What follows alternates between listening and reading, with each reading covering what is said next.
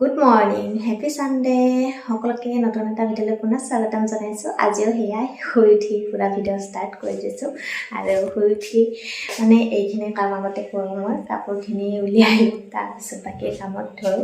গতিকে সেই ভিডিঅ' তেনেকৈ ষ্টাৰ্ট কৰিছোঁ। আশা কৰোঁ সকলোৱে শেষলৈকে চাব আৰু যিসকলে নতুনকৈ আছে প্লিজ চেনেলটো ছাবস্ক্ৰাইব কৰি দিব। আৰু যিসকলে ভিডিঅ'বোৰ চাই থাকে তেওঁলোকক বহুত বহুত ধন্যবাদ জনাইছোঁ। এতিয়া ভিডিঅ'টো এনেদৰে ষ্টাৰ্ট কৰিছোঁ, শেষলৈকে চাই থাকিব দেই।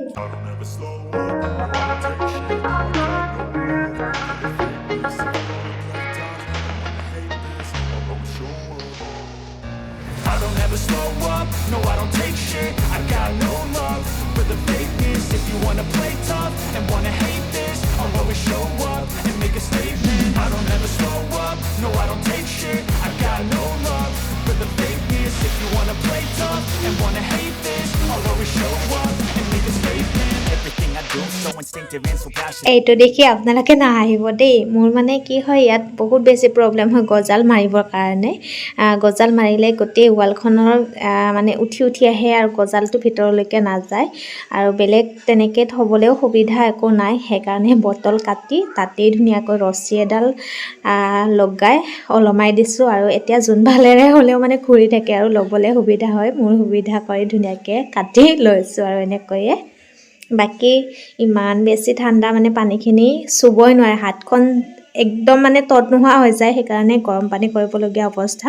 এতিয়া গা ধুওঁ আৰু গা পা ধুই উঠিয়ে ধুনীয়াকৈ ৰাতিপুৱা নাস্তাৰ কাৰণে আহি গ'লোঁ নাস্তা বনাব। আৰু ৰাতি যিহেতু মাংস বনাইছিলোঁ, গাহৰিও আহিছিলে, সেইকাৰণে মাংস পূৰা বাচি আছে বহুত।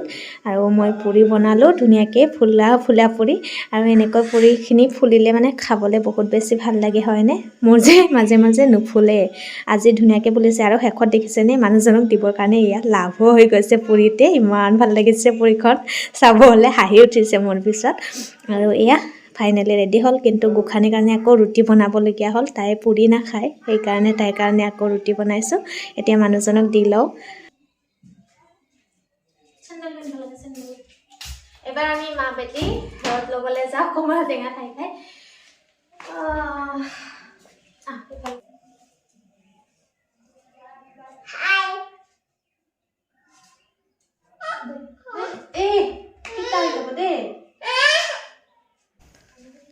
আৰু ইফালে আহি গ'ল মানুহজনে অফিচৰ পৰা আহিয়ে। এতিয়া আকৌ আমাৰ বাচনকেইখন ধুব। ৰাতিপুৱা ইমান বেছি ঠাণ্ডা, তাতে 11-12লৈকে ৰ'দ নোলায়ে, সেইকাৰণে প্ৰথমতে আৰু অফিচত গ'ল। তাৰপিছত এতিয়া আহিলে দুপৰীয়া 1 বাজি গ'ল। এতিয়া আহি বাচনটি লৈ গৈছে ধুবৰ কাৰণে। আৰু বহুত বেছি লেতেৰা হৈছে, 20 দিনমান হ'ল ধোৱাই নাছিলে। আজি ফাইনেলি ধুব আহিলে আৰু কৈ আছে যিহেতু আমি সদায় ধুই থাকোঁ, সেইকাৰণে বাচনকেইখন অকণ ধুই দিওঁ দেই, আৰু নহ'লে বেয়া পাই থাকিব নহয়। আৰু ঠাণ্ডাতে কিজানি ভালেই পাইছে ইমান দিন গা নোধোৱাকৈ ৰখাৰ কাৰণে। ইমান বেছি ঠাণ্ডা হয়নে? তো এনেই ক'লোঁ দেই, বাচনকেইখন বহুত দিন হ'ল আৰু নোধোৱা, সেইকাৰণে ধুবলৈ আহিছে। আৰু ৰ'দ নাথাকিলে মানে কি হয়, পানীখিনি লাৰি থাকিলে হাত একেবাৰে সৰি পৰা নিচিনা হৈ যায়, সেইকাৰণে এতিয়া ৰ'দত ধুনীয়াকৈ ধুই লৈছে।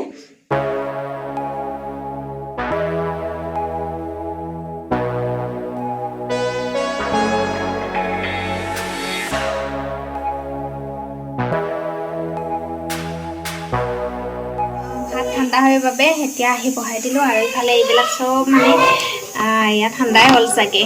আলু ভাজিলোঁ, তাৰপিছতে শুকান মাছ ভাজিছোঁ। এইফালে বুট আৰু ৰহৰৰ দাইল বনাইছিলোঁ, গোটেইখিনি গোটা হৈ থাকে এনেকৈ। মানে ঠাণ্ডা হৈ গৈছে, এতিয়া গৰম দিব লাগিব অলপ। খিনি হ'ল, পূৰা গৰমে থৈছোঁ। ভাতৰ ধোৱা ওলাই আছে দেখিছেনে?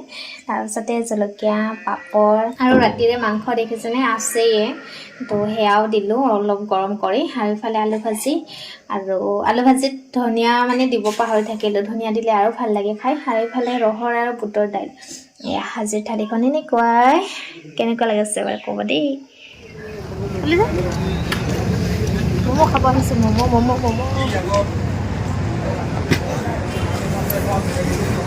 ঠাণ্ডা ম'ম' খাব আহিছোঁ।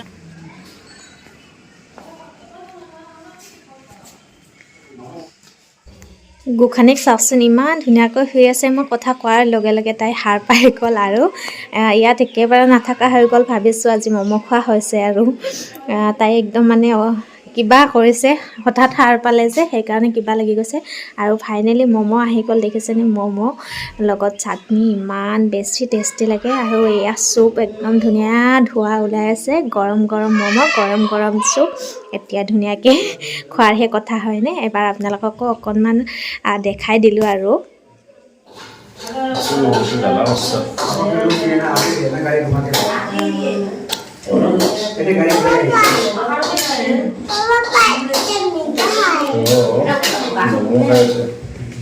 চেল লাগব কলিজা চেল বইবা না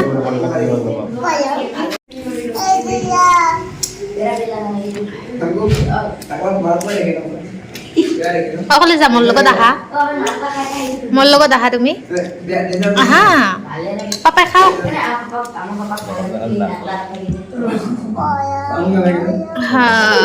কি টেষ্টি লাগছিল খাই